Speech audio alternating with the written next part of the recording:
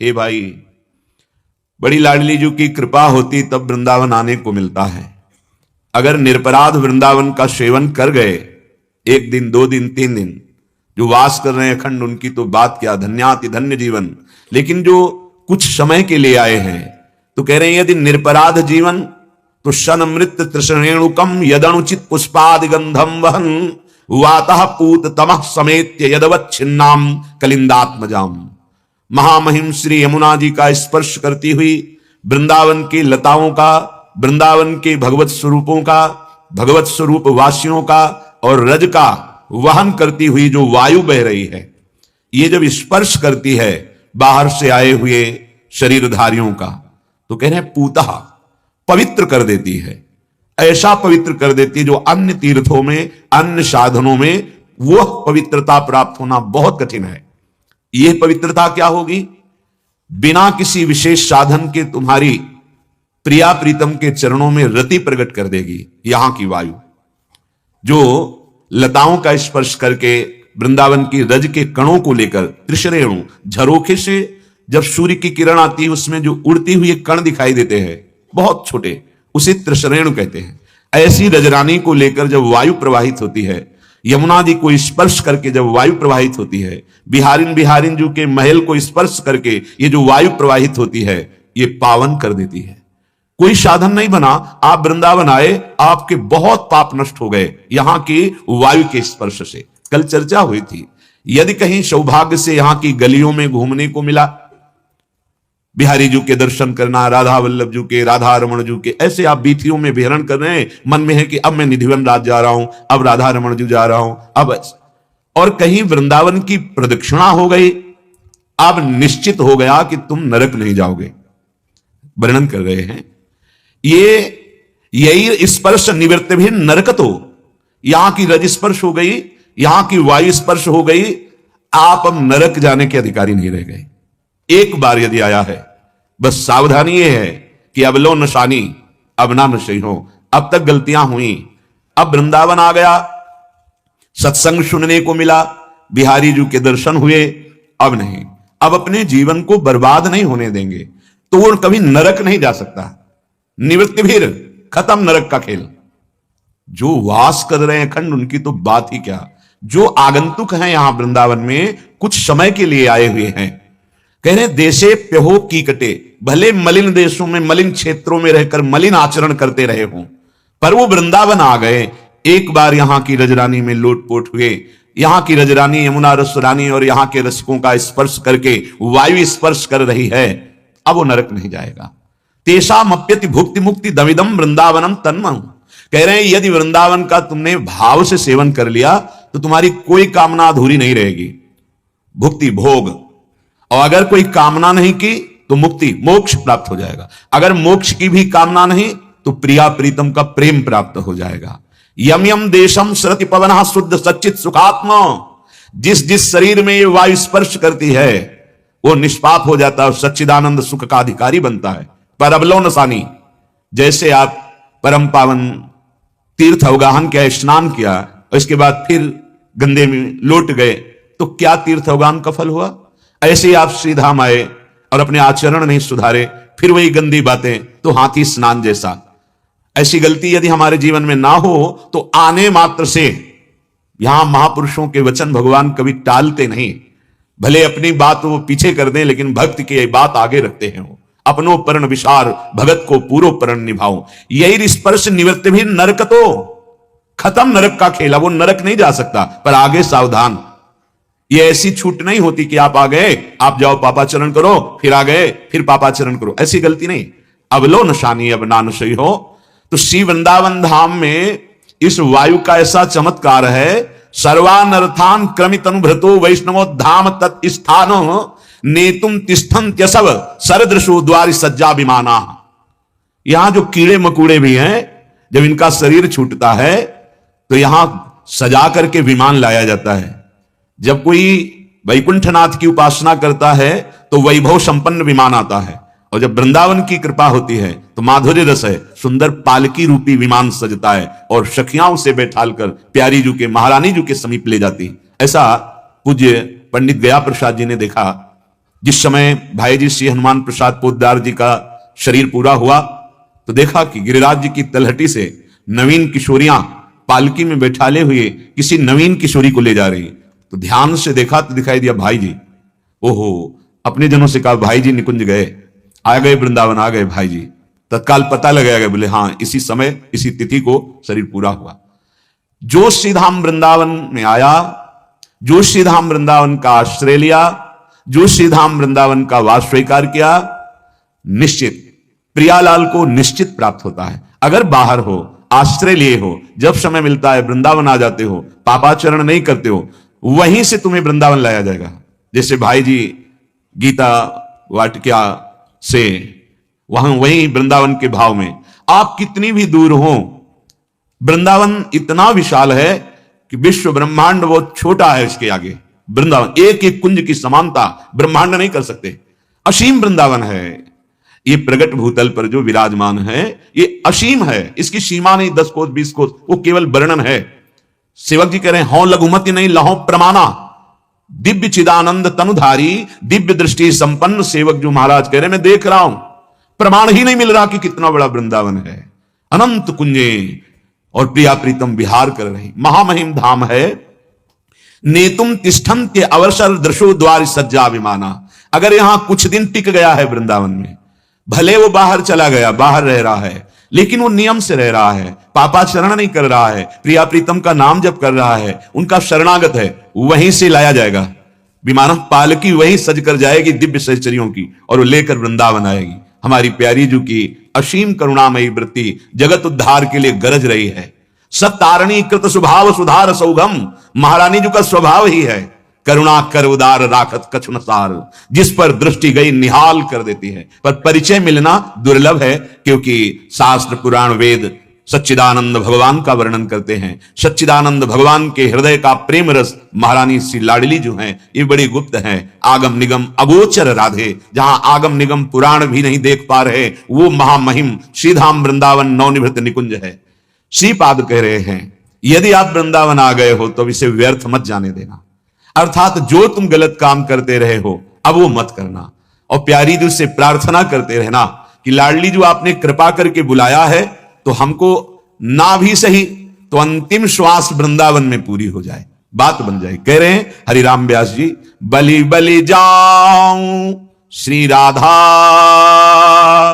श्री राधा श्री राधा, बलि बलि जाऊं श्री राधा, मोहि रहन दे वृंदावन की शरण।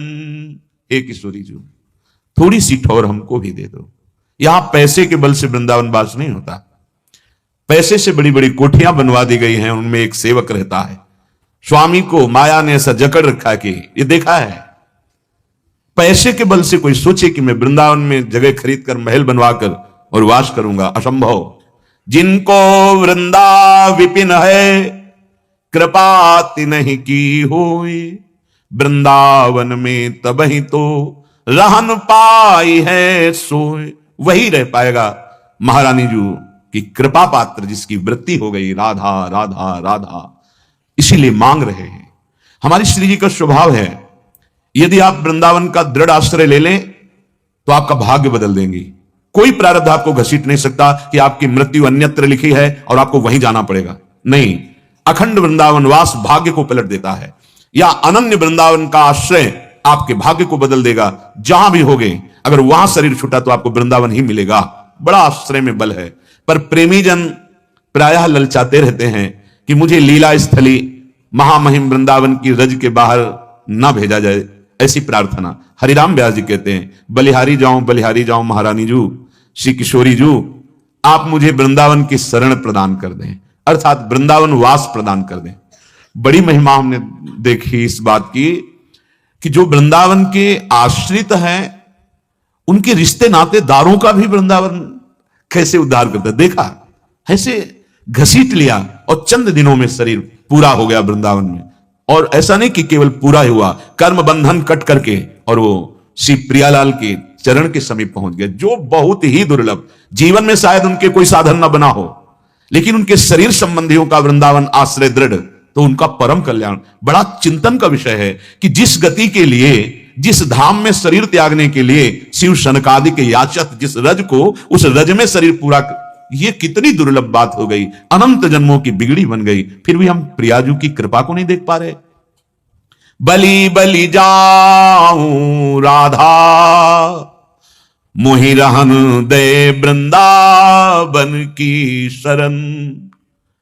जैसे किसी को लगता है कि लौकिक व्यवहार कैसे चल पाएगा, हमारा खान पान व्यवस्था ये सब। यदि आप अहम में स्थित हैं तो आप परेशान होंगे कहीं भी रहे सृष्टि में।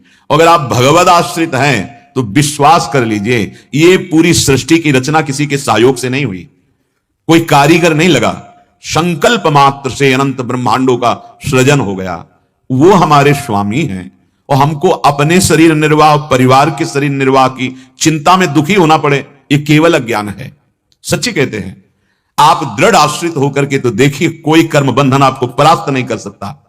मुंह को ठोरना और कहूं अब, सेऊंगो ये चरण, मोहि रहन दे वृंदावन की शरण।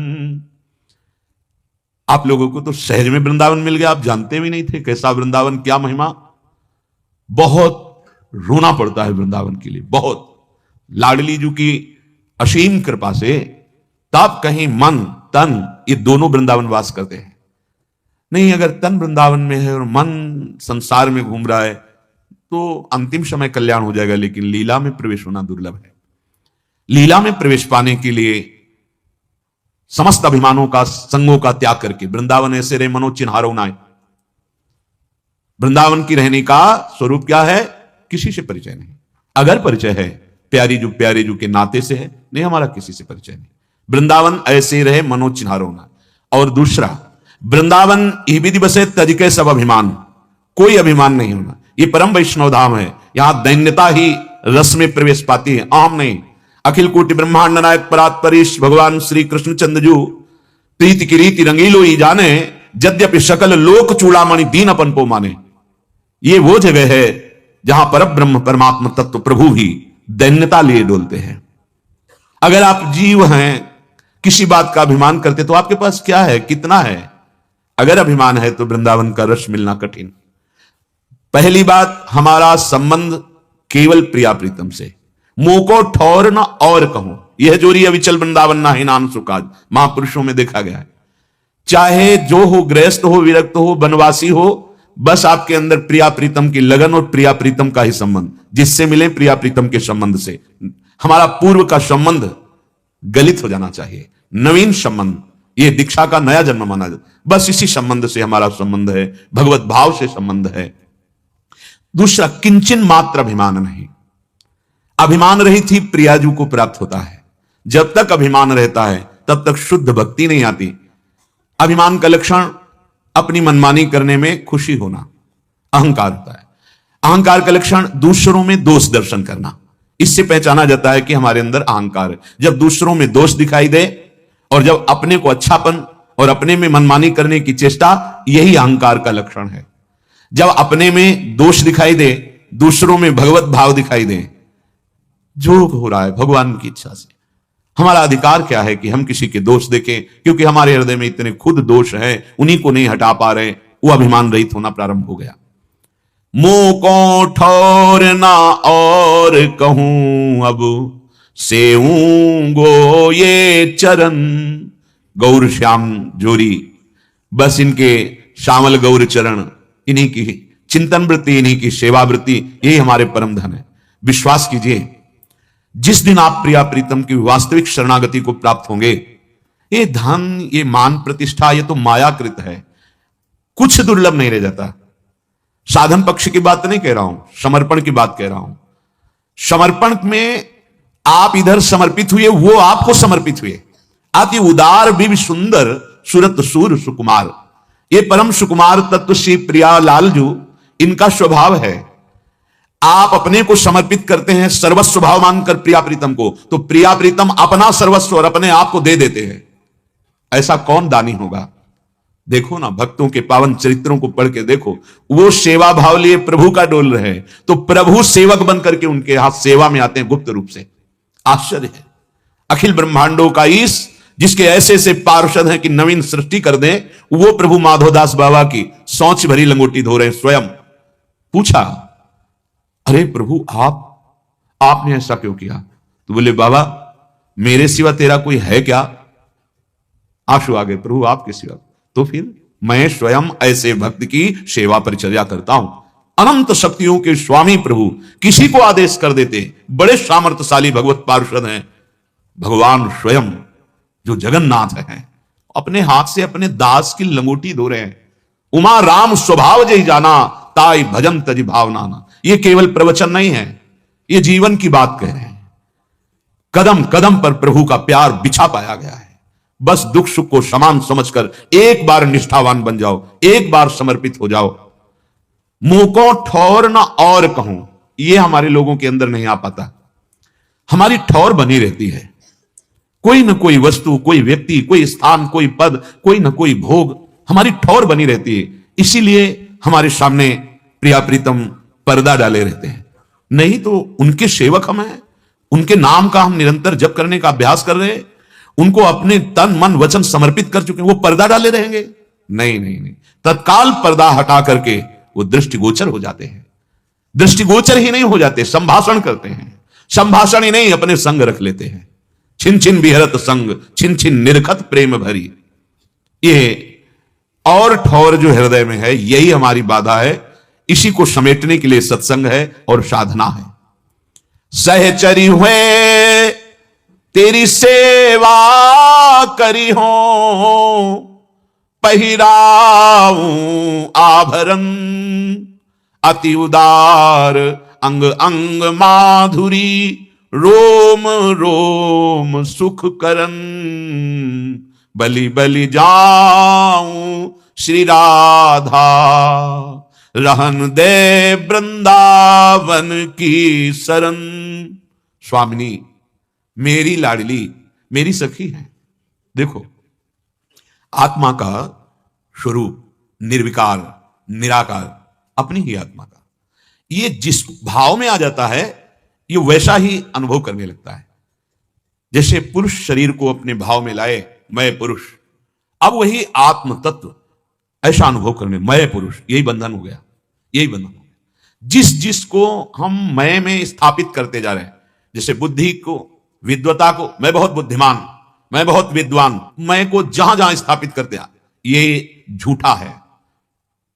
जितना कुछ मायाकृत है सब झूठा है, सत्य नहीं है, नित्य नहीं है, ये परिवर्तनशील है, ये नाशवान है। अपना स्वरूप कोई आकार नहीं है। जिस आकार को पकड़ लिया उसी आकार में आसक्त हो जाता है। अब जो आत्मस्वरूप का भाव, दास्य भाव, सख्य भाव, वात्सल्य भाव, कांता भाव, सहचरी भाव, ये चिदानंद भाव है, ये आत्मस्वरूप दिव्य भाव है।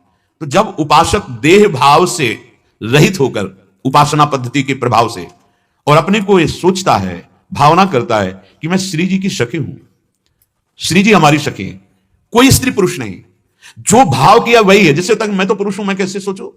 अरे तुम पुरुष नहीं हो, तुम परम पुरुष के अंश, परम पुरुष ही हो, तुम सच्चिदानंद बप्पू हो, अपने को भूल गए हो। अब ये रसास्वादन के लिए आत्मस्वरूप का जब भाव बना, मैं सखा, तो वो सखा ना पुरुष है ना स्त्री है, वो दिव्य स्थिति है एक सखा भाव की, गोपी भाव की एक स्थिति है, सहचरी भाव की एक स्थिति। कितनी बड़ी स्थिति है। जाके अधीन सदा सांवरो, या ब्रज को सिरताज, हमारे माई श्यामाजू को राज। हमारी श्यामाजू सखी हैं। आहा, कितने महासुख का स्फुरण होता है जब ये हमारे अंदर भाव आता है, प्रियाजू ये तो हमारी सखी है। सहचरी, इनके साथ विचरण करने वाली, इनकी सेवा में मगन रहने वाली, बहुत दुलार करती हैं श्री जी। दुर्लभ क्या रह गया? अनंत ब्रह्मांडों का रचने वाला स्वामी, लालन तेरे ही अधीन। कैसे अधीन है? तेरे ही रस बस, श्याम सुंदर वर, जाचत हैं ज्यों दीन, लालन तेरे ही अधीन। सुनिरी सखी, हे प्रियाजू सुनो, सुनिरी सखी, हूं साच कहत हूं, तू जल है ये मीन, लालन तेरे ही अधीन। कितना आनंद का विषय जिसे वेद नेति नेति कहते हैं, योगी जन परमात्मा कहते हैं, ज्ञानी जन ब्रह्म कहते हैं, भक्त जन भगवान कहते हैं, उनको प्रेमी जन लाडिले लालजू कहते हैं। ये लालजू जिन प्रियाजू के अधीन ऐसे जैसे जल के बिना मछली नहीं रह सकती, तू जल है ये मीन लालन तेरे अधीन, वो हमारी प्रिय सखी लाडली जो है। इससे बड़ा कोई पद है? सहचरी होए तेरी सेवा करे हो, जिनकी रूप माधुरी बड़े बड़े मुनियों को मोहित कर लेती है, वो प्रभु, ऐसे प्रभु को जिनकी रूप माधुरी आसक्त किए हुए, निरतन भ्रकुटी बदन अंबुज मृदु सरसहास मद बोलन, अति आसक्त लाल अल लंपट बस कीन्हे बिनु मोलन, बन की कुंजन कुंजन डोलन। श्री लालजू महाराज अनुराग के अधीन होते, इनको और कोई अधीन नहीं कर सकता। प्रेम, प्रेमाधीन मनः पूज्यो, भगवान प्रेम के अधीन है, और हमारी लाडली जू उनके हृदय के प्रेम समुद्र का सार रूप है, इसीलिए होए अधीन संग ही संग डोले। और लाडली जू का एक स्वभाव है, वो जिसे स्वीकार कर लेती है, कभी छोड़ती नहीं। इसी स्वभाव से हम जीत गए। हमारी महारानी जू का स्वभाव है, एक बार जिसने स्वीकार कर लिया कि हे लाडली जू, हे श्यामा जू, मैं आपका, हृदय से सच्ची बात, मैं आपका प्यारी जू, अब आपके गोरे चरणार बिंद के सिवा हमारा कोई नहीं, मुझे कहीं ठौर नहीं, कोई और नहीं, निहाल हो जाओगे। इसे अपनापन कहते हैं। और ध्रुवदास जी ने कहा है, यद्यपि भक्त अनन्य जो विषय इंद्रियन बस होए, कर्मठ कोट जितेंद्रियन ते समलह न सोए। यद्यपि वो अभी विषयी है, त्याग वैराग्य ज्ञान ऐसी कोई चरम अवस्था नहीं, पर उसके मन में एक बात बैठ गई कि लाडली जू के सिवा हमारा कोई नहीं। अंदर से बोले उसकी समानता करने वाला करोड़ों जितेंद्रिय, करोड़ों कर्मकांडी नहीं। क्यों भाई? वो तो जितेंद्रिय है, सम्यक कर्मकांड करता है, लेकिन बोले इसने तो प्रियाजू के चरणों का भरोसा ले लिया है, आश्रय ले लिया है, वो कर्मकांड का भरोसा है, उसको जितेंद्रियता का भरोसा। कल आपने चर्चा गीता जी में भगवान कह रहे हैं इंद्रियों को जीत लिया है, पर उसकी परमात्मा में स्थिति नहीं, तो कभी भी भ्रष्ट हो सकता है। लेकिन इसकी तो स्थिति बन रही है गोरे चरणारविंद के आश्रय की। तो अगर वो समुद्र के समान अवगुण करता रहा है, वर्तमान में सुधार ठीक से नहीं हो पा रहा है, और उसने श्यामाजू के चरणों की ठसक ले ली है कि अब राधा राधा रटेंगे और श्री जी अलवेली सरकार की शरण में है, तो करे अवगुण करे समुद्र सम, गणत ना अपनो जान। लालजू की तरफ देखा और कहा इसका कोई भी रजिस्टर में किसी तरह का हिसाब नहीं लिखा जाएगा। महारानी जो है अलवेली सरकार है, अवगुण करे समुद्र सम गणत ना अपनो जान, और राई के सम भजन को मानत मेरु। ये मेरा नाम रट रहा है राधा राधा, इसने मुझे अपना माना है प्रीतम, बस इशारा किया, निहाल कर दिया, तो क्या वो पाप करता रहेगा? कदापि नहीं। जहां महारानी जी की कृपा दृष्टि गई तो पाप और पुण्य दोनों से ऊपर उठकर वो प्रेमी भक्त बन जाएगा। बड़े बड़े महापुरुषों ने अपने हृदय की स्थिति जो प्रेम में देखी, वो कृपा से पाई है, साधना से नहीं पाई। कैसी हमारी महारानी जो करुणामयी है, नेक हूं न रिश्क हूं, भूली हूं न होत सखी, रहत प्रसन्न सदा ये मुख हास्य। हृदय से सदैव लाडली जो प्रसन्न मुद्रा में देखती हैं, कभी गुस्सा होकर नहीं देखती अपने शरणागत की तरफ कि मेरा शरणागत कहलाकर इतनी गलती कर रहा है। ऐसे स्वभाव है। छोटा सा वात्सल्य का अंश जब मां के अंदर आता है, तो पुत्र 100 गलतियां कर जाए तो भी वो ऐसे हर प्रयास करेगी कि मेरे पुत्र को 100 गलतियों का एक भी दंड ना मिले। वो मां चाहेगी क्योंकि उसके अंदर वात्सल्य है। महारानी जो तो वात्सल्य समुद्र है, दासी वत्सला कर ही राधा। जितनी माताएं अनंत ब्रह्मांडों में हैं, वात्सल्य के एक बिंदु के सीकर से हैं। वात्सल्य समुद्र प्रभु और उसका सार लाडली जू, भला उनकी शरण में आने वाले को कहीं अब दंड विधान मिलेगा? ये रहस्य है। ये वृंदावन और वृंदावन के रसिकों की कृपा से पता चलता है। तब ये लगता है जीत गए हम तो, हमारी महारानी श्री राधा रानी जीत गए। कौन है ये? लाल बिहारी को प्राण जीवन धन वारि पियत नित पानी, मेरी महारानी श्री राधा रानी। ये वृंदावन प्रदान करता है। वृंदावन रसिकों का संग प्रदान करता है।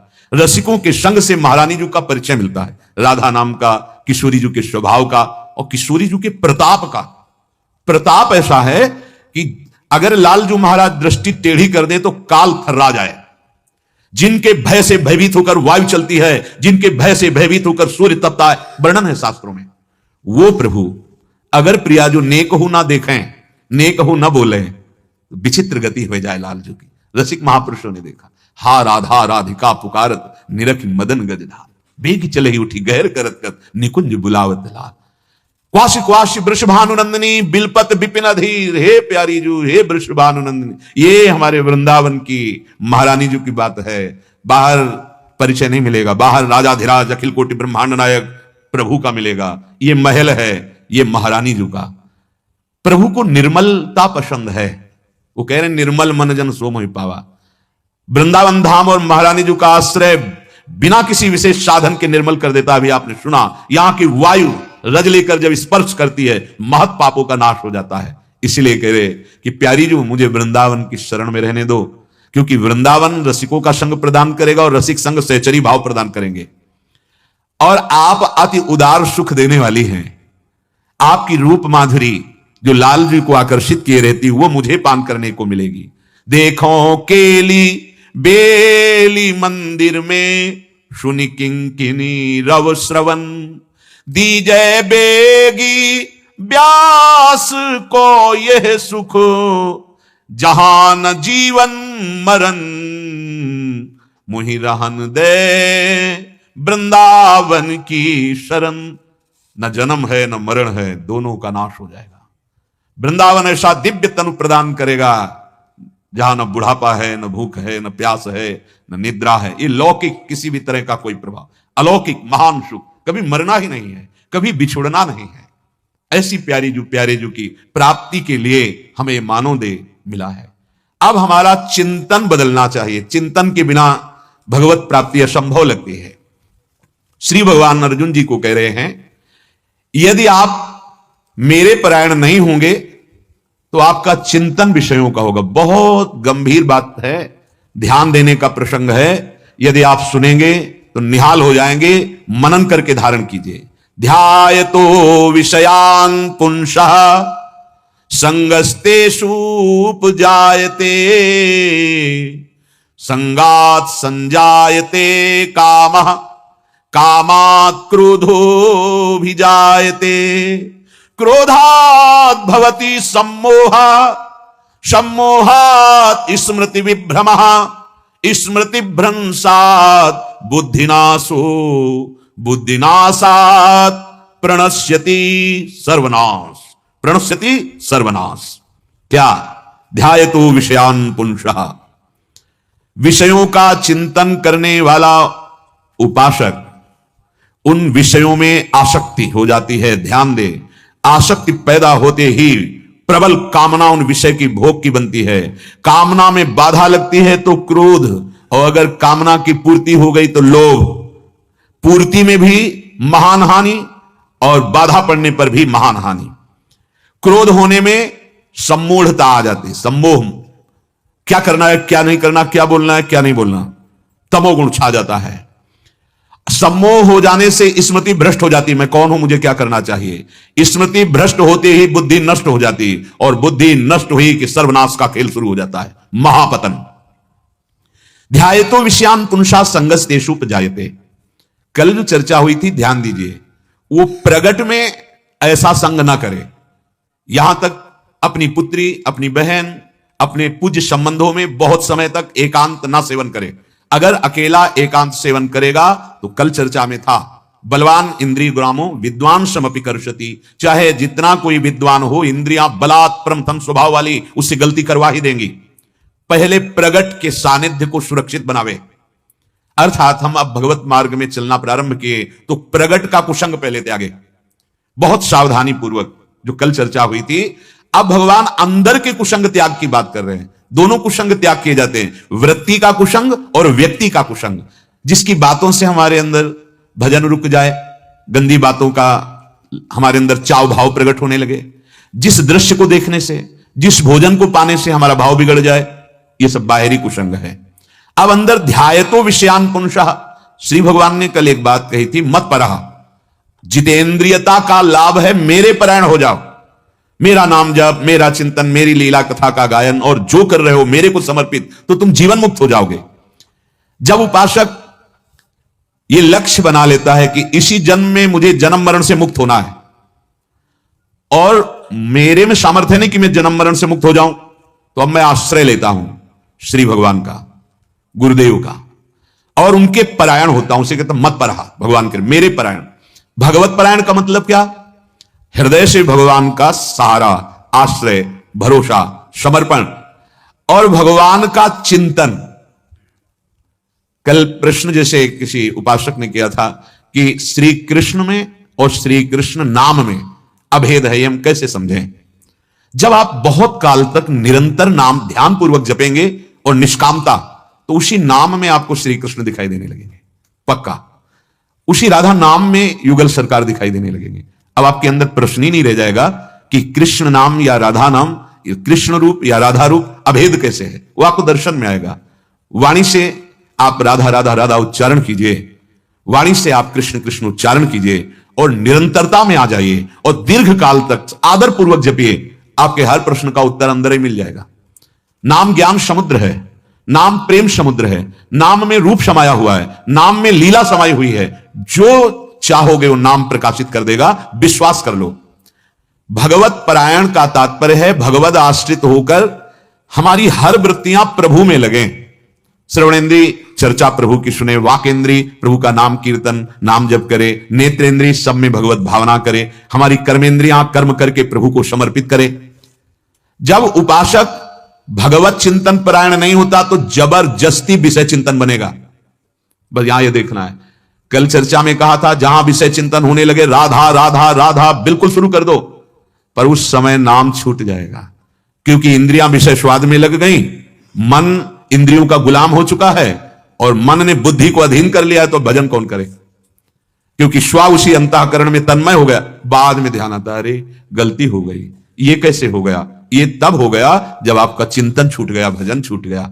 नाम ना छूटे तो कोई भी कर्म बंधन आपको बांध नहीं सकता। विषयान गृहणंत मुंचंतवा, नाम पहले छुटाता है। मन ध्यान देना, पहले वो विषय चिंतन कराता है, संकल्प बनाता है। इतनी देर आपने देर क्यों दिया उसे?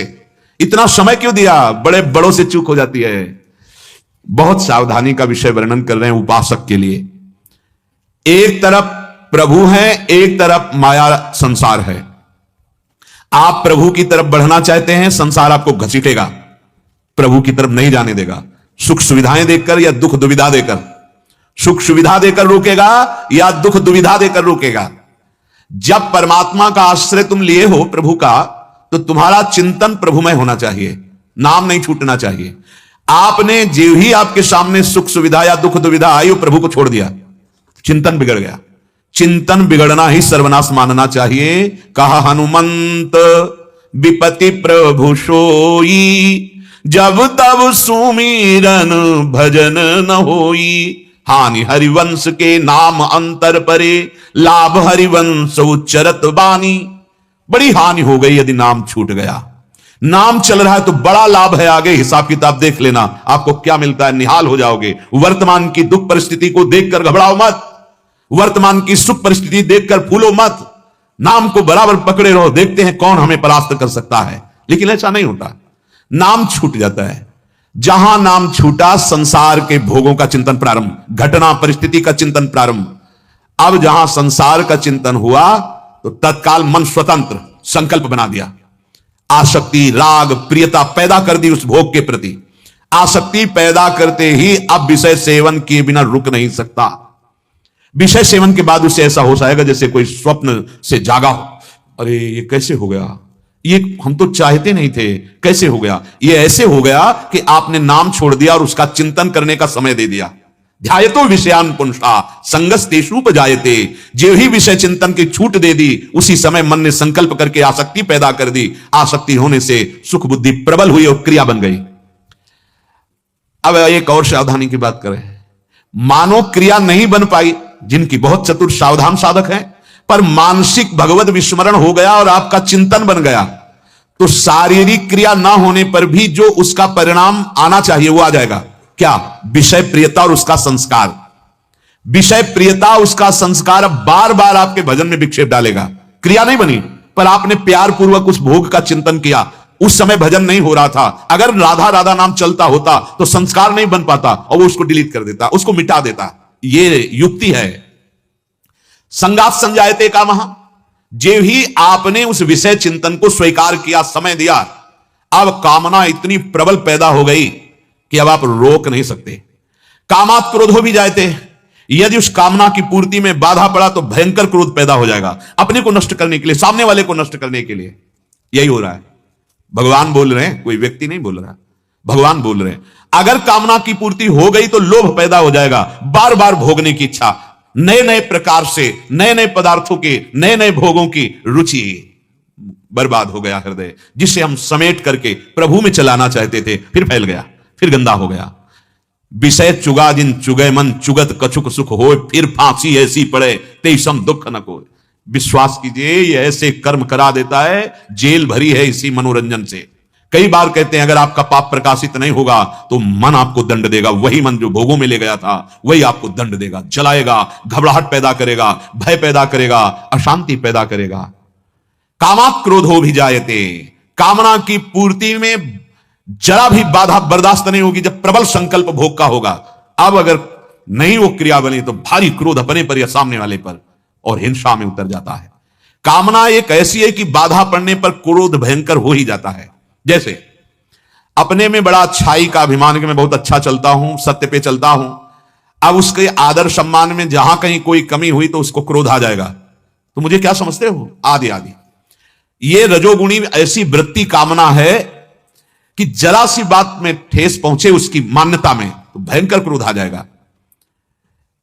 जैसे किसी को अभिमान कि मैं बड़े नीति से चलता हूं, अब उसके साथ जरा सा भी विपरीत हुआ वो क्रोध कर बैठेगा। जिसको यह है कि मैं माननीय पुरुष हूं, महत्वाकांक्षी, जरा सा कहीं अपमान की संभावना हुई वो क्रोधित हो जाएगा। मान में ठेस, सत्कार में ठेस वो स्वीकार नहीं कर पाएगा। नाक में गुस्सा भरी रहती है, सकामी पुरुष की नाक में गुस्सा, जरा सा अगर कहीं भीड़ में छू जाए वो आग बबूला, जरा सा कुछ प्रतिकूल हो जाए, क्या स्थिति हृदय की। क्रोधात भवति सम्मोहा, जहां क्रोध आया तो मूढ़ता छा जाती है, बिल्कुल पागल आदमी समझ लो। अब उसको यह समझ में नहीं आता कि मुझे क्या करना चाहिए। सम्मोह, मूढ़ता, चारों में मूढ़ता होती है। काम में अगर काम छा गया अपने रूप में तो इतना पागलपन सवार हो जाएगा कि क्या करना चाहिए क्या नहीं करना चाहिए, खत्म। काम में इतना अंधकार छा जाता है। कोआ मदांधो, भगवान शंकराचार्य जी से पूछा गया कि अंधों में भी सबसे बड़ा अंधा किसे माना जाएगा, तो उनका मदना तुरोवा, जिसको काम अपने अधीन कर लिया वो अंधा हो गया, वो नहीं देख पाएगा अनुजा तनुजा, पवित्रता, पूज्यता, कुछ नहीं देख पाएगा। वो काम के वशीभूत होकर ऐसे कार्य कर बैठेगा जो नहीं करना चाहिए। काम में भी मूढ़ता है और क्रोध में भी मूढ़ता है। जो अपने क्रोध को नहीं संभाल पाया वो पूज्य जनों का अपमान कर देगा, प्रिय जनों का अपमान कर देगा, ऐसी बातें बोल देगा जो उसको कभी चैन नहीं लेने देंगी, ऐसी क्रिया, ऐसी हिंसा कर बैठेगा, जीवन बर्बाद करवा देगा। ये क्रोध ही तो है। तीसरा लोभ, इसमें भी मूढ़ता पैदा होती है। यदि लोभ जग गया धन का, भोगों का, मान का, किसी का, अब उसको ऐसी पागलपन मूढ़ता छा जाती है, ऐसे धन ले आ दो, ऐसे ऐसे करके हम ये वस्तु अपहरण कर लें। ये भगवान वर्णन कर रहे हैं। अगर लोभ बढ़ गया तो इसमें भी मूढ़ता छा जाती है। लोग सोचते हैं छोटे मार्ग से बड़ा धन पैदा करना कैसे मिलेगा, बोले असत कार्यों के द्वारा। अब असत कार्यों से प्राप्त धन से कभी तुम्हें शांति, कभी सुख, कभी विश्राम प्राप्त हो सकता है? नहीं। ममता, जब शरीर में ममता, परिवार में ममता, तो उसके हृदय में रहता मेरा परिवार सुखी हो जाए, इसके लिए कुछ भी करना पड़े। ये चारों मूढ़ता पैदा कर देते, पागलपन कर देते हैं, बिल्कुल बुद्धि निर्णय नहीं करती। और प्रायः अगर भगवत भजन नहीं है, सत्संग नहीं सुन रहे, भगवत मार्ग नहीं, तो इन चारों का विशेष राज्य है। काम, क्रोध, लोभ, ममता, यही तांडव मचाए हुए हृदय में अशांति, दुख, चिंता, भय, शोक। सम्मोहात स्मृति विभ्रमा, इन चारों में से कोई एक बढ़ गया तो अपना प्रभाव दिखा देगा, स्मृति नष्ट हो जाएगी। क्या स्मृति? मुझे मानव देह क्यों मिली है, मेरा कर्तव्य क्या है, मेरा धर्म क्या है, इस समय मुझे क्या करना चाहिए, बिल्कुल नहीं निर्णय रहता। मूढ़ता छा जाने से स्मृति नष्ट हो जाती है। शास्त्र क्या आज्ञा करता है? सद्विचारी पुरुष इस समय क्या करते, अगर मेरे अंदर क्रोध आया, ममता आया, तो इस समय मुझे क्या करना चाहिए, सब निश्चय खत्म हो जाता है। उसकी स्मृति जहां नष्ट हुई तो स्मृति भ्रंशात बुद्धिनाशो, आप बुद्धि काम करना खत्म कर दिया। आप जो संकल्प बना वही क्रिया होगी। ये जितनी हिंसाएं हो रही हैं, जितने व्यभिचार प्रवृत्तियां, जितने ये दोष बढ़ रहे हैं, इनका कारण है भगवद विमुखता। वो भगवान का आश्रय लेकर भगवान नाम जप नहीं कर रहे। हम सैकड़ों बार प्रार्थना कर चुके हैं कि भगवत प्राप्ति ना सही भाई, अरे जीने के लिए, मानवता के लिए हमारा पवित्र जीवन कैसे होगा? हमारी बुद्धि भ्रष्ट हो गई है, हमारी बुद्धि नष्ट हो गई है, नास्तिकता आ गई है, ना हम शास्त्र की बात समझते हैं ना संतों की बात, मनमानी आचरण बढ़ते चले जा रहे हैं उधर जहां दुख का सागर है। दुख का सागर है, डूबना ही डूबना है। ये जीवन विपरीत मार्ग में चलने के लिए नहीं है, भगवत मार्ग में चलने के लिए। अब स्मृति का नाश होते ही बुद्धि नाश, और बुद्धि नाश ही सर्वनाश। बुद्धिनाशात प्रणश्यति। बाद में वो सोचता है, हाय कैसे हो गया, फांसी की सजा, आजीवन कारावास, नाना प्रकार की प्रताड़नाएं जब भोगता है। ये तो यहां की है, बड़ी जेल तो नरक है। फिर क्या, मन पछतई है अवसर बीते। दुर्लभ देह पाए हरि पद भजु, करम बचन अरुजीते। मन पछतई है अवसर बीते। बुद्धिनाशात प्रणश्यति। बुद्धि का नाश हो जाना ही साधक का सर्वनाश कहा जाता है। विषयों का ध्यान करने से काम प्रबल हो जाता है। इसीलिए मोबाइल आदि से गंदी बातें देखना, गंदे बात करने वाले पुरुषों का संग त्याग करना हमारे लिए अत्यंत आवश्यक। अगर हम देखना बराबर बनाए रखेंगे, गंदे पुरुषों का संग करेंगे, बच नहीं पाओगे। जो हम देखते हैं, जो सुनते हैं, जिनका संग करते हैं, उनका रंग चढ़ता है। जित संग दोषा तो सिद्ध पुरुष होता है। बहुत बचना चाहिए। छोटे छोटे बच्चों में जो असत भावनाओं की वृद्धि बढ़ रही है, उसका कारण कुसंग है। जहां हमें सत्संग सिखाना चाहिए, वहां कुसंग सिखाया जा रहा है। कैसे आगे इनका जीवन बढ़ेगा? जहां हमारा विषयों का ध्यान, कैसा आकर्षण माया के लगता सुख है। सच्ची बात कह रहे हैं, आप ही अनुभव करके देखो। संसार में हो, गृहस्थ में हो, नाम जपते रहना, फिर आप बताना किस भोग में सुख है। केवल आपके साथ नाम होना चाहिए। वो सही गाइड करने वाला है, वो सही अंगरक्षक है, वो सही बुद्धि को दिशा देने वाला है। जैसे अंधकार में हम कुछ का कुछ समझ लेते हैं, प्रकाश हो तो सही वस्तु दिखाई देगी। ये देव कृपा करी बुद्धि प्रकाश, ये नाम आपकी बुद्धि में प्रकाश देगा। फिर आपको खुद समझ में आएगा कहां सुख है। पर नाम छूट जाता है, नाम नहीं जब होता तो हमारे अंदर फिर ये काम क्रोध आदि अंधकार अपना प्रभाव दिखा रहे हैं। श्री भगवान कह रहे हैं, राग द्वेष वियुक्तैस्तु विषयानिंद्रियैश्चरन् आत्मवश्यैर्विधेयात्मा प्रसाद मधिगच्छति। प्रसादे सर्व दुःखानां हानिरस्योपजायते। प्रसन्न चेतसो ह्रासु बुद्धि पर्यवतिष्ठते। अब जब उपासक अपने अंतःकरण को वश में कर लेता है, अंतःकरण में 4 वृत्तियां हैं। बुद्धि निश्चय करती है, मन संकल्प विकल्प करता है, चित्त चिंतन करता है, अहंकार कर्ता भोक्ता स्वीकार करता है। चारों में जो सावधान है, क्या सावधान? जहां भोगासक्त इंद्रियां मन को लुभायमान करती, सामने पेश करती भोग, अपने अपने विषय को, शब्द स्पर्श रूप रस गंध। अगर मन खाली है, नाम जप नहीं चल रहा, तो इंद्रियां तत्काल, कहने में देर लगी, तत्काल वो मन को अधीन, मन तत्काल बुद्धि को निर्णय करने का अवसर नहीं देगा, उसको अधीन कर लेगा। और यहां भगवान कह रहे हैं, जो साधक अपने अंतःकरण को अपने वशीभूत कर लेता है, निश्चय यह है कि भोगों में सुख नहीं है। बड़े बड़े महापुरुषों के अनुभव देखने चाहिए। पुरवा नाम के सम्राट हुए हैं, इतने पुण्यात्मा थे कि उनको पत्नी रूप में उर्वशी जी मिली। बहुत ही अप्सराओं में सर्वश्रेष्ठ हैं। जिस समय कामदेव बद्री विशाल भगवान बद्रीवन विहारी नर नारायण तपस्या में लगे थे, तो उनके तप को भंग करने के लिए वो बहुत सी अप्सरा, बसंत ऋतु, मलय मारुत, गंधर्वादि के साथ कामदेव वहां पहुंचे। तत्काल ऋतु परिवर्तन, बसंत ऋतु, बड़ी शोभायमान, मन को लुभायमान, शीतल मंद सुगंध चलने लगी वायु। गंधर्वगण मधुर ध्वनि से संगीत, अप्सराएं गान कर रही, नृत्य कर रही, आकर्षण कर रही, जहां भगवान नर नारायण तपपरायण है। सारा का सारा प्रयास निष्फल। अब तो भयभीत हो गए कि कहीं सांप ना दे दे, इसलिए सब चरणों में प्रणति हुए। तब आंख खोला और भगवान नारायण ने कहा, तुम्हारा स्वागत करना चाहिए काम, तुम यहां आए हो, इतना प्रयास किया। तो अपनी जंघा में ऐसे लिखित चित्र बनाया, जे ही बनाया तो मूर्तिमान उर्वशी जी प्रकट हो गई, भगवान नारायण की जंघा। देखते ही काम, अप्सरा, गंधर्व सब मोहित हो गए। तब कहा कि तुम्हारे पास ऐसा है ही नहीं कुछ वैभव जो मुझे मोहित कर सको। जाओ इस अप्सरा को ले जाओ और देवराजेंद्र से कहना तुम्हारे स्वर्ग की शोभा बढ़ाने वाली देवी है। उस उर्वशी के शरीर से ऐसी सौरभ आती थी, मुख से हविष्यान्न की गंध आती थी। देवी हैं, भगवान नारायण की जंघा से प्रकट हुई, पुरुरवा जी ने पत्नी रूप में स्वीकार किया। अंततो गत्वा, भागवत में वर्णन है, पुरुरवा जी ने अपने को धिक्कार शब्द से धिक्कारा कि मुझे धिक्कार है, मैं अपने को सम्राट समझता था, शूरवीर योद्धा समझता था, मारा गया, इस काम ने मेरे कुछ सुख नहीं मिला। उर्वशी जी से आप विचार करके देखो, महाराज ययाति अपनी यौवन अवस्था, अपने पुत्र की यौवन अवस्था, दैत्यराज वृषपर्वा की पुत्री शर्मिष्ठा, भगवान शुक्राचार्य की पुत्री देवयानी, परिणाम लिखा, कुछ सुख नहीं मिला। एक भगवत विमुख पुरुष को संपूर्ण विश्व के साफ सुख मिल जाए तो भी कुछ सुख का अनुभव नहीं होगा। आप अपने हृदय को देख लो, कितना भोगा, फिर भी वही तृष्णा, मतलब कुछ नहीं हाथ लगा, पूरा जीवन नष्ट हो जाएगा, कुछ हाथ नहीं लगेगा। रोकना पड़ेगा मन को, तभी अच्छे सुख में पहुंचोगे, जिसे अविनाशी कहते हैं, जहां दुख का लेश नहीं है, जो नित्य सुख है वह है प्रभु, प्रभु का नाम, प्रभु का रूप, प्रभु की लीला, प्रभु का धाम।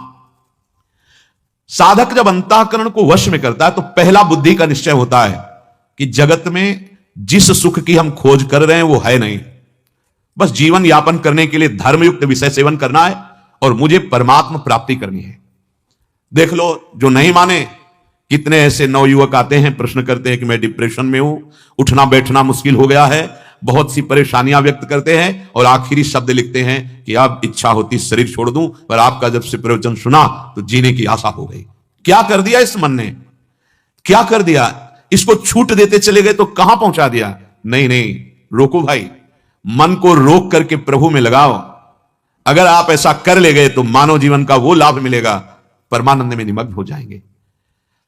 उपासक राग द्वेष वियुक्त, हर इंद्रिय में राग द्वेष। देखो, हमारा मन इन दो तारों पे भागता है संसार में, जो हमें प्रिय हुआ, जो अनुकूल हुआ, अच्छा लगा, उसको राग कहते हैं, जो अप्रिय है, प्रतिकूल है, बुरा लगा, उसे द्वेष कहते हैं। ये दोनों में भागता रहता है। चुप होके देखो इस मन को, ये कभी राग में होगा या द्वेष में होगा, किसी वस्तु, व्यक्ति, स्थान, घटना, परिस्थिति, दो में ही होता है। उपासक क्या करता है? दोनों से विचरण में अपने आप को बचाता है। जहां अनुकूल परिस्थिति में जाता है वहां प्रभु देखता है, वस्तु, व्यक्ति, स्थान। प्रतिकूल में जाता है वहां प्रभु देखता है। बच जाओगे, बच जाओगे। ये देखना अभ्यास से पुष्ट हो जाता है। शुरू तो करो। आप क्रियाएं देख रहे हो, ये क्रियाएं मायाकृत हैं। इन क्रियाओं का जो कारण है वो सबके हृदय में विराजमान परम तत्व सामर्थ्यशाली प्रभु है। उस पर तुम्हारी दृष्टि जाने लगे तो राग द्वेष से बच जाओगे। बार बार कह रहे, प्राय ऐसा नहीं होता। हम क्रियाओं को देखकर निंदा करते हैं और क्रियाओं को देखकर प्रशंसा करते हैं। और सुनो तात मायाकृत, ये गुण और दोष अनेक, गुण या उभय न देखी, देखी सो अविवेक। हे तात, ये गुण और दोष दोनों मायाकृत है। मायाकृत जादू का तमाशा, इनकी सत्ता नहीं है। नासतो विद्यते भाव, सत्य है अंदर विराजमान परम तत्व और वो निष्क्रिय है। ये गुणानुगुण वर्तनते, गुणों से ये क्रियाएं हो रही। वो अज्ञान के कारण, अपने स्वरूप को ना जानने के कारण कर्ता बन करके बार बार जन्म मरण को भोग रहा है। लेकिन तुम साधक हो, सत्संगी हो, विवेक पूर्वक देखो, ना किसी से राग, ना किसी से द्वेष, सब में एक सच्चिदानंद प्रभु विराजमान है। इससे इंद्रियां बस में हो जाएंगी, मन बस में होने लगेगा। जहां जहां जाए वहां प्रभु की भावना करने लगो। अगर हमारे सामने विषय आता है तो राग पूर्वक उसका सेवन न करें, प्रसाद मानकर सेवन करें। कोई भी खाद्य वस्तु, जल तक बिना प्रभु को अर्पित किए मत पाइए। मेरी प्रार्थना मान लीजिए, बहुत आपको लाभ मिलेगा, आपकी बुद्धि शुद्ध हो जाएगी और आपको कृपा का अनुभव होगा। प्रसादे सर्व दुखा नाम हानिरस्य उपजायते, हृदय प्रसन्नता से भर जाएगा। भगवद अर्पित प्रसाद पाओ, सब कुछ भगवद अर्पित कर दोगे ना, नाथ सकल संपदा तुम्हारी, मैं सेवक समेत सुत नारी, और यद करो जो जो कर्म है। अरे आनंद की बाढ़ आ जाएगी। पर आनंद का मार्ग ही आप स्वीकार नहीं किए हैं। दुखालयम अशाश्वतम, संसार के मार्ग में बढ़ते चले जा रहे हैं असत आचरण करते हुए। जब कोई अपनी इंद्रियों को राग द्वेष पूर्वक विषयों का सेवन नहीं करने देता, द्वेष पूर्वक, घृणा नहीं करनी, ठीक है। भगवान की रचना है, 3 प्रकार की रचना है, सतोगुणी, रजोगुणी, तमोगुणी। 3 प्रकार की लीला है, सृजन, पालन, संहार उन्हीं से हो रहा है। देखो, विवेकी जन फंसते नहीं हैं बाहरी चेष्टाओं में। अविवेकी जन केवल बाहरी चेष्टाओं को देखते हैं। ये दुष्ट है, भगवान कैसे हो सकता है? नहीं, पर्दा लगा हुआ है माया का। सबके अंतर में वो बैठा हुआ शांत निष्क्रिय, बाहर से जो क्रियाएं हो रही, यंत्रारूढ़ानि मम माया, भगवान की त्रिगुण माया यंत्र की तरह सबको नचा रही है। किनको? माया रचित शरीरों को। आत्म तत्व को नहीं। थोड़ा ये बहुत ही विशुद्ध मार्ग है, पवित्र मार्ग पर आप थोड़ा तो समझना शुरू करें। साधक अंतःकरण को अपने बस में करने के लिए तैयार हो। अंतःकरण, बुद्धि से निश्चय करो संसार में सुख नहीं है, जो भोग रहे हैं वो देख रहे हैं, पर मलिन होने के कारण दूसरा रास्ता सुख का नहीं दिखाई देता तो फिर उसी में गिरते हैं। अगर सुख का रास्ता थोड़ा चल दो प्रभु की तरफ तो आपको भी अनुभव में आने लगेगा। जैसे जैसे भजन बढ़ेगा असलियत दिखाई देने लगेगी संसार की। मन से निश्चय करो, ऐ मन जहां जहां तू भोगों में जब जब गया तब तब अशांति ही मिली है। भोग के बाद किसी को शांति नहीं मिलती। वो तत्क्षण जो शांति जैसा लगता है वो कामना निवृत्ति के कारण होती है। हमने कामना की कि ये मिले और मिला तो वो कामना थोड़ी देर के लिए शांत हुई तो मेरे हृदय में एक शीतलता, एक विश्राम सा, वो कामना त्याग का है, भोग का नहीं है। फिर थोड़ी देर में कामना जागृत हो जाएगी, फिर अशांति पैदा हो जाएगी। मन को कामना संकल्प से बचाए कि कभी सुख भोगते भोगते तुझे सुख मिला नहीं मिला। सुख मिलेगा गोरे सांवले चरणारविंद में, मान लो। जब तक इनके चरणों का आश्रय लेकर भजन नहीं करोगे कभी सुख नहीं मिलेगा। पूरा जीवन व्यतीत हुआ जा रहा है, बढ़ते चले जा रहे हो ऐसे अंधेरे की तरफ कि जन्म जन्म कभी प्रकाश नहीं दिखाई देगा। चित्त को चिंतन से रोको। ये जो विषयों का चिंतन करता है इसी से प्रभु का चिंतन करवाओ, नाम का चिंतन करवाओ, और अहंकार को रोको कर्ता भोक्ता भाव से। इसे प्रभु के चरणों में समर्पित करो, अंतःकरण वश में हो जाएगा। हर एक साधक को अंतःकरण वश में करना अत्यंत आवश्यक है। अगर व्यवहार करते समय, भोग भोगते समय अंतःकरण राग द्वेष से युक्त है तो बात बनेगी नहीं। आप भोजन पा रहे हो, भोजन का स्वाद मत लो, प्रसाद समझकर पाओ। रसेंद्री कह रही खीर बहुत बढ़िया, हाँ प्रिया जो ने पाया है ना, हाँ ये पदार्थ, हाँ प्रभु का उच्छिष्टामृत है ना, बार बार काटो उस बात को, प्रभु का प्रसाद है ये। वस्त्र प्रभु को अर्पित करके, कर्म प्रभु को अर्पित करके, जीवन प्रभु को अर्पित कर, अभी जीवन मुक्तता की तरफ बढ़ने लगोगे। पर हमें क्या होता है, जो अच्छा लगता है उससे राग पूर्वक भोगते हैं, चाहे जिस इंद्रिय का विषय हो, और जो हमारे प्रतिकूल होता है उसे द्वेष पूर्वक त्याग करते हैं। साधक द्वेष पूर्वक नहीं त्यागता, शास्त्र के आज्ञा के अनुसार त्यागता है। ये नहीं तो उसको द्वेष नहीं है, वो अपने कर्तव्य का पालन करता है, शास्त्र विरुद्ध आचरण वो आज्ञा पालन करने के लिए त्याग करता है, द्वेष पूर्वक नहीं। और अपने जीवन निर्वाह के लिए प्रसाद रूप सेवन करता है, राग पूर्वक नहीं।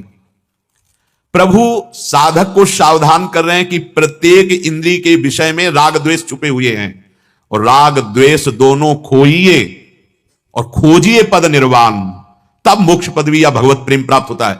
किसी व्यक्ति वस्तु स्थान से न राग है न द्वेष है। हर अंतःकरण राग द्वेष में ही विचरण कर रहा है। देख लीजिए, जो अंतःकरण उपासना से पवित्र हो रहा है वो राग द्वेष रहित होता है। घोर पापी नीच आचरण वाला सामने आता है, वैसे ही आदर, आइए आइए मेरे प्रभु पधारे, बैठे। वो कड़ुए वचन बोल रहा है, वो उच्छृंखल वार्ता कर रहा है, प्रणाम प्रभु, धन्य है आप हमें दर्शन दिया। क्या बिगाड़ लिया? क्या वो हमारे अंदर द्वेष पैदा कर पाएगा? अरे ये तो दुष्ट है, ये तो नीच है, ये तो उत्तम है, ये तो अच्छा है। राग हो गया, द्वेष हो गया। आप उसको जान नहीं पाए जिसकी खोज कर रहे हैं। खोज किसकी कर रहे हैं? सबके हृदय में विराजमान अछत विकारी परमात्मा की। उसी से परमानंद की प्राप्ति होगी, वही विराजमान, बिल्कुल संशय मत करो। विषयांचरण, जिसका अंतःकरण अपने वश में नहीं है, इंद्रियां राग द्वेष पूर्वक अंतःकरण को घसीट देती हैं विषयों में। आहा, आज तो ये पाया, आज तो ये देखा, ये मारेगा आगे चलकर तुम्हें। यही छूट, यही विषय प्रियता ऐसी जगह फंसाएगी कि रोते नहीं बनेगा। हृदय की बात कहते हैं। शास्त्र की आज्ञा का उल्लंघन करने वाला पछतावा अशांति के सिवा कुछ नहीं प्राप्त कर पाएगा। अक्षरशः शास्त्र आज्ञा का पालन होना चाहिए। यह बात विषयी पुरुष की समझ में नहीं आएगी, क्योंकि उसने अपना जीवन विषयानंद मान रखा है। बड़े भाग्यशाली हैं जो भगवदानंद की प्राप्ति के लिए कमर कस रहे हैं, उनके लिए यहां वर्णन है। साधक जो विषयों का सेवन राग द्वेष पूर्वक करता है, क्या सेवन? नहीं नहीं, हमें पसंद नहीं। हम पसंद की बात नहीं कर रहे। शास्त्र की आज्ञा है कि आपको प्याज लहसुन नहीं पाना, आपको ये अभक्ष पदार्थ नहीं पाना, आपको अभक्ष प्रेय। हमें घृणा नहीं है, हमें द्वेष नहीं है। जैसे बाजार में जा रहे हो श्री जी के लिए कोई सेवा का आभूषण, कोई पदार्थ, कोई वस्तु लेने, अब बाजार में सब बाजार लगी हुई, तो क्या उससे द्वेष है? क्या ना किसी दुकान से राग है ना द्वेष है। वो सीधे उस दुकान में पहुंचा जो श्री जी की वस्तु लेने, अपनी वस्तु लिया, चला आया। कहीं मांस बिक रहा है, कहीं कुछ बिक रहा है, कहीं ना उसको किसी से द्वेष है ना उसको किसी से राग है, क्योंकि वो केवल अपने लक्ष्य के लिए जा रहा है, श्री जी की सेवा वस्तु। ऐसे रहना है।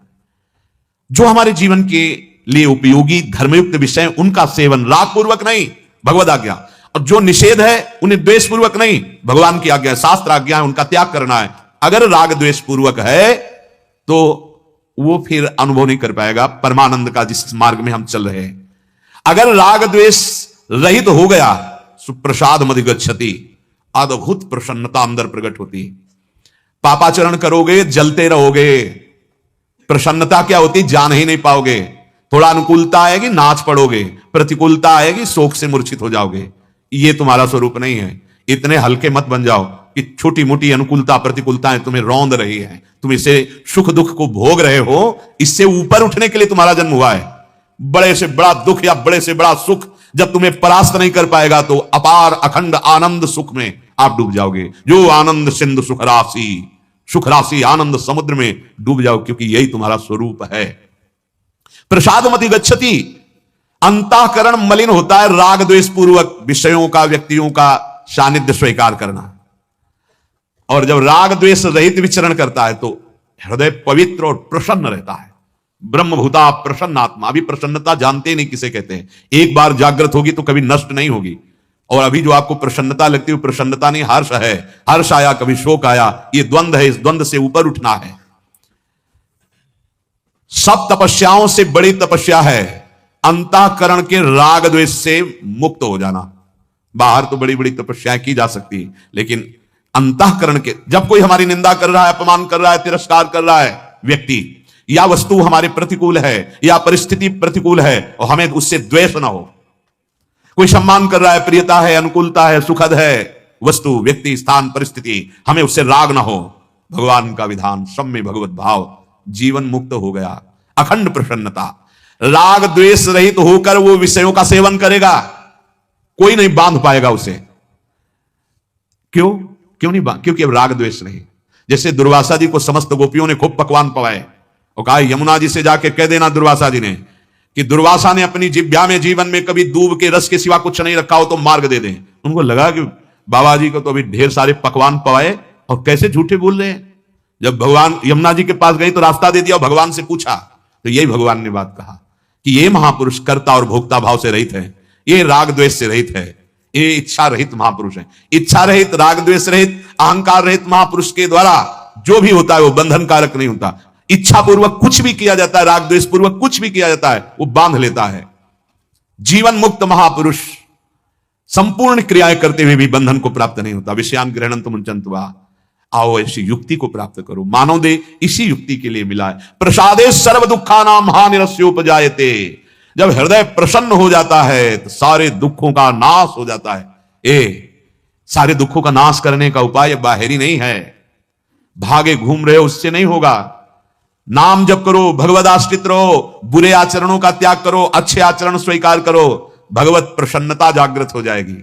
ये जो संत जन हैं या जो गृहस्थ भक्त जन हैं, देखो मुख प्रसन्न तन तेज विराजा, आनंद मगन, उनके दर्शन मात्र से हृदय शीतल होता है। क्यों? क्योंकि अब उनके हृदय में प्रसाद प्रकट हो गया, भगवत कृपा प्रकट हो गई, प्रसन्नता प्रकट। हमारे सारे आचरण भगवत विमुख हो रहे हैं। हम मिलते हैं तो राग से, हम छोड़ते हैं तो द्वेष से, हम भोगते हैं तो राग से, और अगर त्यागते हैं तो द्वेष से। बात एक ही हो गई, बंधन दोनों में ही है।